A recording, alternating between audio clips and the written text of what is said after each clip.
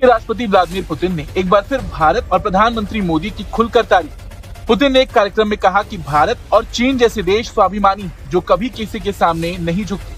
उन्होंने साफ कहा, भारतीय लोग कभी भी किसी के सामने अपमान स्वीकार नहीं करेंगे। मैं प्रधानमंत्री मोदी को जानता हूँ, वो कभी ऐसे कदम नहीं उठाएंगे जो देश के सम्मान के खिलाफ। तो रशिया के प्रेसिडेंट व्लादिमीर पुतिन जो है, उन्होंने बड़ी इंपॉर्टेंट बात की है। ये बड़ी डिफरेंट चीज थी। वैसे वो पुतिन इस तरह बात करते नहीं है। उन्होंने कहा कि जो रशिया बहुत खुश है भारत के ऊपर, और उन्होंने कहा वो इसलिए कि भारत जो है वो साइड नहीं लेता, एंड नरेंद्र मोदी जो है वो कभी इंडिया को ह्यूमिलिएट नहीं करवाएगा। दोस्ती हो तो पुतिन जैसी हो, वरना ना हो। हमने मूछें तो सुनी थी नत्थू लाल जैसी हो, वरना ना हो। लेकिन यहाँ पर मोदी और पुतिन दोस्ती हो तो ऐसी हो, वरना ना हो। सैंक्शंस भी लगाए, उसके बाद टैरिफ्स भी लगा दिए ताकि जो इंडिया है वो गिर जाए नीचे, और उसकी जो इकोनॉमी है वो बुरी तरह अफेक्ट हो और इनका जो नाम है एक दुनिया के अंदर वो टोटली डिस्ट्रॉय हो जाए। लेकिन ऐसा कुछ हुआ नहीं बेसिकली, और रशिया ने आकर कह लें कि इंडिया के बैकएंड पर खड़े होकर उसको सपोर्ट किया बहुत ज्यादा। आज के अक्सर मुल्क जो है वो यूएस प्रेशर के नीचे आते हैं, और इंडिया और चाइना जो है ये दो मुल्क ऐसे हैं जिन्होंने एनर्जी के हवाले से अमेरिकन प्रेशर के नीचे नहीं आए। पुतिन ने दोस्ती निभाई अच्छी तरह से। पहले तो लड़ाई करी यूनाइटेड नेशंस में, परमानेंट सीट के ऊपर बोला कि अगर कोई कंट्री डिजर्व करता है तो वो भारत है। उसके बाद जब उनको लगा कि भाई अमेरिकन जो प्रेसिडेंट है या अमेरिका है वो नहीं चाहता कि भारत उसका परमानेंट मेंबर बने यूनाइटेड नेशंस का, तो उन्होंने एक नया चीज छोड़ दिया। एक बहुत बड़ी न्यूज निकल के सामने आ रही है। रशिया के प्रेसिडेंट व्लादिमीर पुतिन ने भारत और पीएम मोदी की जमकर तारीफ करी है। उन्होंने एक कार्यक्रम के दौरान बोला कि भारत जो है वो स्वाभिमानी देश है और वो किसी के आगे भी नहीं झुकता और ना ही कभी झुकेगा। उन्होंने साफ कहा कि भारतीय लोग कभी भी किसी के सामने अपमान स्वीकार नहीं करेंगे।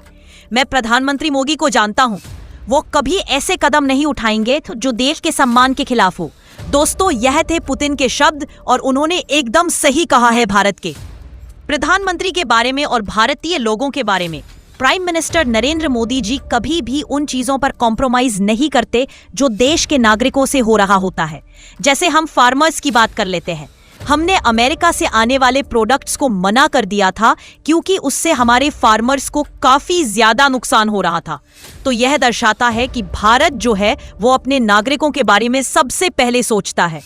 दोस्तों, पुतिन का खुले तौर पर यह कह देना कि भारत एक स्वाभिमानी देश है, वो किसी के आगे नहीं झुकता, यह एक बहुत भारत ने भी साफ कर दिया है कि वो अपने लोगों के हितों के लिए रूस से सस्ता तेल खरीदता रहेगा और किसी भी दबाव में नहीं आएगा। भारत की इस मजबूती और आत्मनिर्भर सोच की पुतिन ने जमकर सराहना की।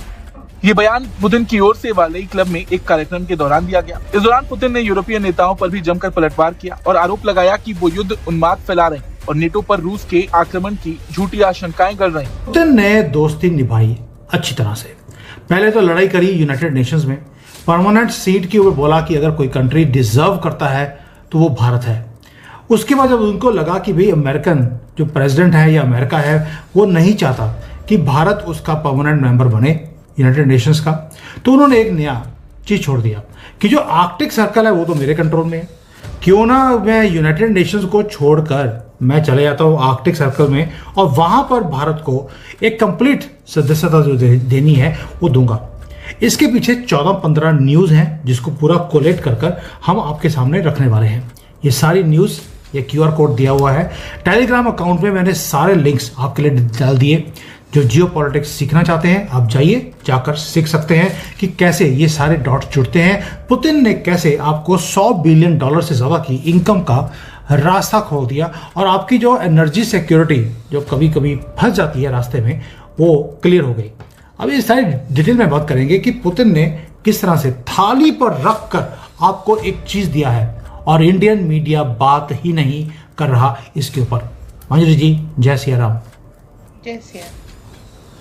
दोस्ती हो तो पुतिन जैसी हो, वरना ना हो। हमने मूछें तो सुनी थी नत्थू लाल जैसी हो, वरना ना हो। लेकिन यहाँ पर मोदी और पुतिन दोस्ती हो तो ऐसी हो, वरना ना हो। जी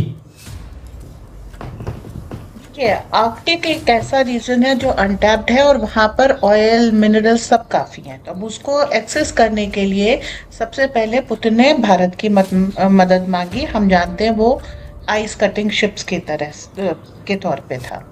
अच्छा, सेकेंडली क्या है, रशियंस के बराबर जो कायदे से काम कर पाते हैं एक्लेमेटाइज करके और हार्ड वर्क करने का, वो इंडियंस के अलावा नहीं मिला।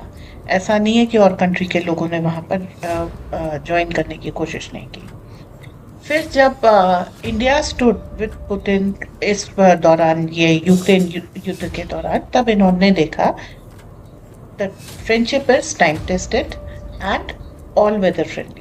अब क्या हुआ है, उन्होंने धीरे धीरे, हमने रशियन ऑयल जब लेना शुरू किया और विश्व को सप्लाई करना शुरू किया, उसके बाद सबसे पहला स्टेप आया कि जो आर्कटिक में ऑयल है उसमें भारत का डायरेक्ट इन्वेस्टमेंट था, डायरेक्ट पार्टनरशिप थी और केवल ड्रिलिंग ही नहीं थी। जो ऑयल आएगा वो हमारी रिफाइनरीज में प्योरीफाई होगा, रिफाइंड होगा, उसके बाद शिप होगा। इस स्टेप पे जाते जाते हम अब उसकी सिक्योरिटी, रीजनल सिक्योरिटी, स्टेबिलिटी के लिए आगे बढ़ रहे हैं। देखिए, आर्कटिक का इस समय बहुत बड़ा पुश है और इसी के कारण, आर्कटिक रिजर्व्स के कारण और आर्कटिक सिक्योरिटी के कारण ही अमेरिका कह रहा था कि उसको कनाडा चाहिए और ग्रीनलैंड चाहिए। जैसे ही उसके पास कनाडा और ग्रीनलैंड आ जाता है, अभी वो आधे आर्कटिक का पार्ट हो जाएगा। अलास्का जो अमेरिका का पार्ट है वो भी रशिया से लिया हुआ है। तो एज इट इज, केवल अलास्का के कारण केवल एक छोटे से 10-15% पे अमेरिका की दावेदारी है। लेकिन अगर उसके पास ग्रीनलैंड और कनाडा आ जाता है तो आधे आर्कटिक पे वो दावेदारी कर सकता है। सेम चीज रशिया का अपना स्पैन काफी है, it is spanning around half of the Arctic, और जिसमें उसने अपनी वीटो पावर से भारत को पार्टनरशिप के लिए ऑफर किया है। कितना टाइम रहते हैं ये हम नहीं जानते। Russian president Vladimir Putin India को विजिट करने वाले हैं दिसंबर 5 या 6 तारीख को। दिल्ली के अंदर इनके लिए स्पेशल रेड कारपेट बिछाया जाएगा। और साथ में हम लोग बात करेंगे PM of India Narendra Modi, जिन्होंने कहा था कि जब 2014 में ये प्राइम मिनिस्टर बने इंडिया के, तो इन्होंने कहा कि हर एक बच्चा, ये चीज़ जो भारतीय बच्चा है, अपने माइंड में ये बात बिठा ले कि Russia is our best friend. If I am dying, Russia is dying with me, ये वाली सिचुएशन यहाँ पर नज़र आती है। और सेकेंडली अगर बात की जाए तो उसके बाद रशिया और इंडिया के जो ताल्लुकात थे काफ़ी ज़्यादा ख़राब होते हुए दिखाई दिए। But the point is that कि 2025 एक ऐसा साल आया जब ट्रंप ने अपना ट्रंप कार्ड खेला, लेकिन वो कार्ड बेकार चला गया। उन्होंने इंडिया को बहुत बुली करने का कोशिश किया। फिर उसके बाद अगर देखा जाए बहुत ज़्यादा हरास भी किया, सैंक्शंस भी लगाए, उसके बाद टैरिफ्स भी लगा दिए ताकि जो इंडिया है वो गिर जाए नीचे, और उसकी जो इकोनॉमी है वो बुरी तरह अफेक्ट हो और इनका जो नाम है एक दुनिया के अंदर वो टोटली डिस्ट्रॉय हो जाए।